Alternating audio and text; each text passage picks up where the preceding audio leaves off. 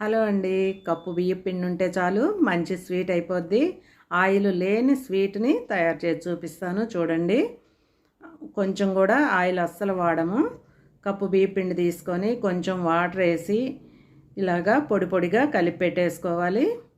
ఇలా కలిపి పెట్టుకున్న తర్వాత ఎక్కువ వాటర్ వేయబాకండి, కొంచెమే వేసుకోండి. పొడి పొడిగా ఇలా ఉండాలి పిండి.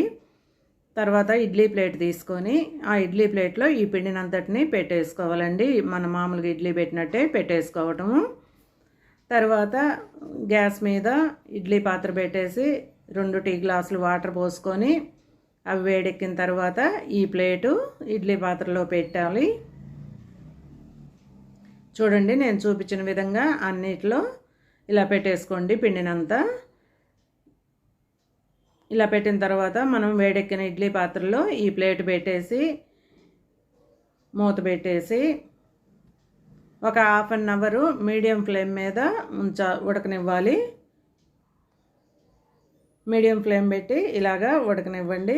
అయిపోయిన తర్వాత హాఫ్ అన్ అవర్ అయిన తర్వాత మనం ఇడ్లీ ప్లేట్ బయటకు తీసేసి దాన్ని మొత్తం మళ్ళీ ఒక గిన్నెలోకి తీసేసుకోవాలండి.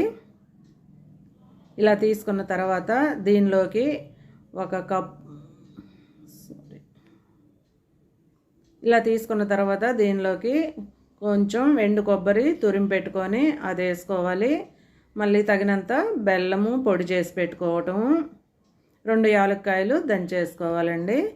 ఈ మూడింటిని ఆ వేడి దాంట్లో వేసేసి బాగా కలిపేసేయాలి. 1 స్పూను నెయ్యి కూడా వేసుకోండి. నెయ్యి ఇంకా మీరు ఎక్కువ తినే పని అయితే కొంచెం ఎక్కువైనా వేసుకోవచ్చు.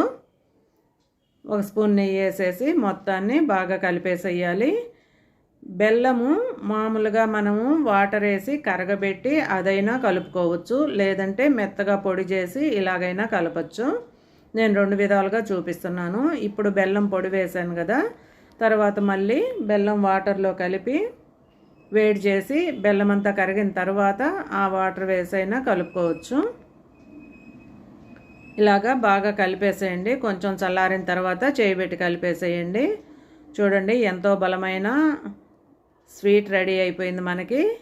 ఆవిరి మీద ఉడికిన స్వీటు ఎంత టేస్టీగా ఉంటుందో, ఆయిల్ లేని స్వీటు. అప్పటికప్పుడు ఎవరమైనా తినొచ్చండి. ఏదైనా తినాలనిపించినప్పుడు ఇలా ఒకసారి ట్రై చేయండి. చాలా అంటే చాలా బాగుంటుంది. ఎంతో బలమైన ఆహారము. పిల్లలకైనా పెద్దవాళ్ళైనా ఎవరైనా తినచ్చు.